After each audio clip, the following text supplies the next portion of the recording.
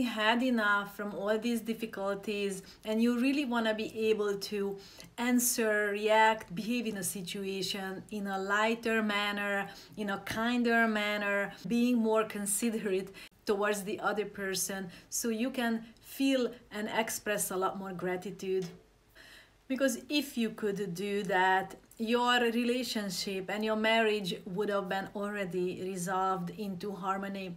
However, you cannot do that because here are your emotional wounds. They are constantly making you react and behave the same way. Why? Because a difficult situation happens and you feel it in a painful way. That pain, that physical pain, somewhere in your chest, stomach, heart, doesn't matter, in your head, in your neck, in your elbow even, will start a reaction of thoughts in your head. So you will start thinking, I didn't like that.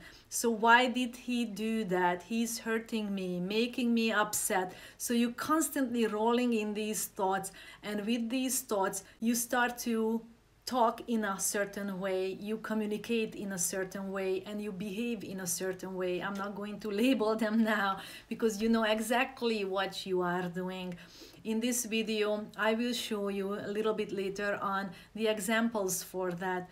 So for now, imagine you have an axe and you learn to cut wood and you chop the wood with the axe, okay? So that's your only tool.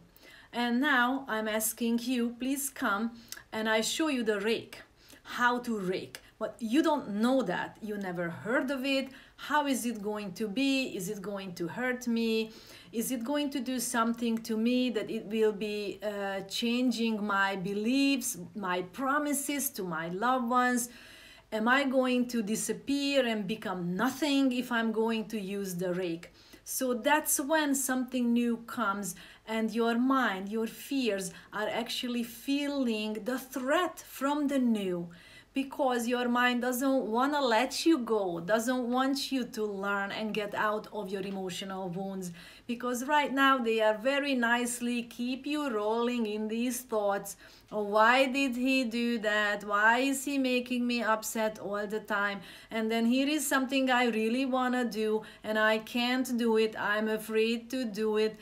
Okay, and then here you are in between the two, and I'm sorry to say getting cancer in the middle, because you are in between, you are in an inner conflict and you never present, because you cannot be present. Your emotional wounds are making you to keep refeel and re-experience the same thing today, whereas nothing really is happening. Your mind puts a lot of those thoughts there and your experiences, and worst of all, you provoking it out.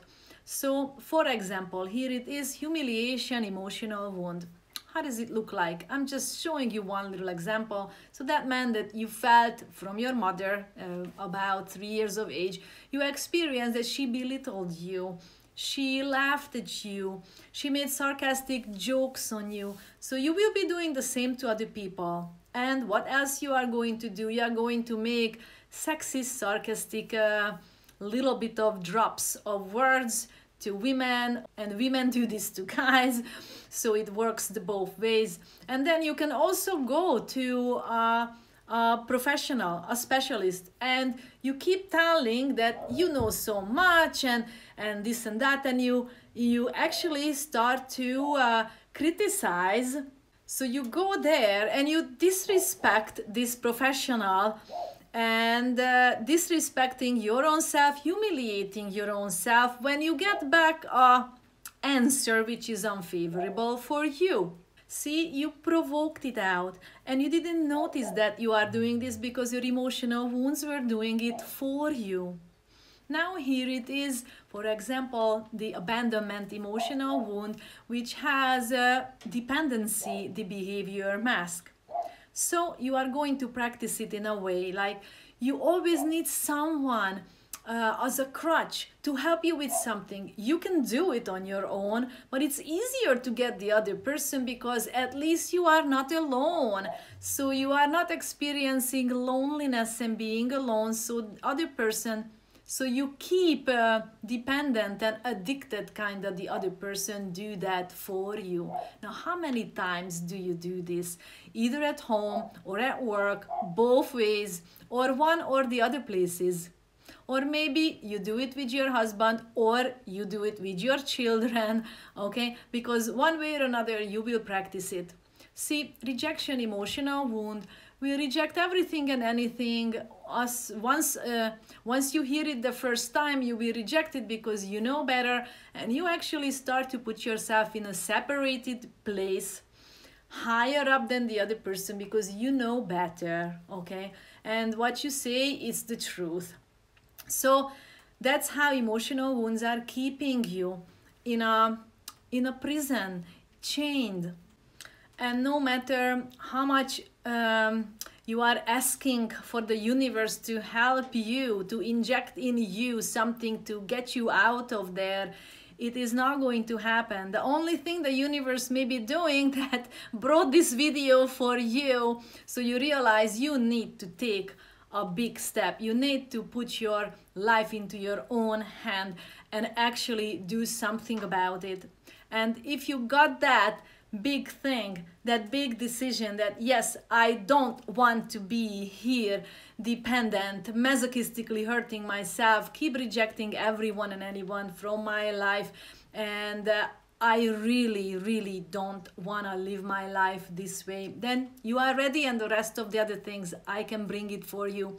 Because at the moment, you see, you are keep rolling and you are keep putting your feet in the same mud, and you are stuck in that mud because your emotional wounds are not allowing you to think any other ways. And yes, you do need help with that. As back then I needed help to sort stuff out, you need a third person, you need another person, you need a professional who has the experience to do that.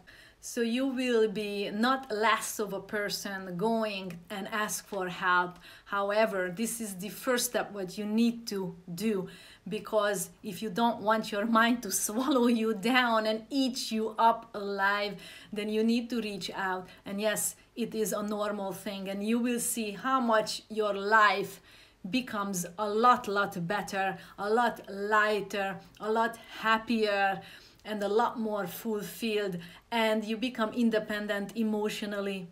And then, if that's the case, you will come out of a relationship which wasn't meant for you peacefully. And if you stay alone for a while, what will happen? You live happily ever after on your own because you fall in love with life. And if you reach that stage, your soulmate will also find you, so you can walk next to each other and support each other on that way to grow, because that's why you are here for.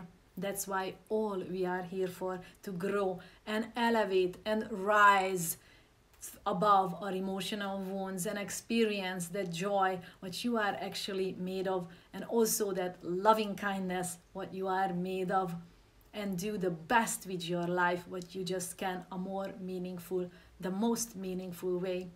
So here I am with Live Your Life Alive program, which we work one-on-one, and in 4 months time you can have this new self and this new lifespan in front of you to step forward and walk alone by yourself. So welcome to the Alive program, and see you there.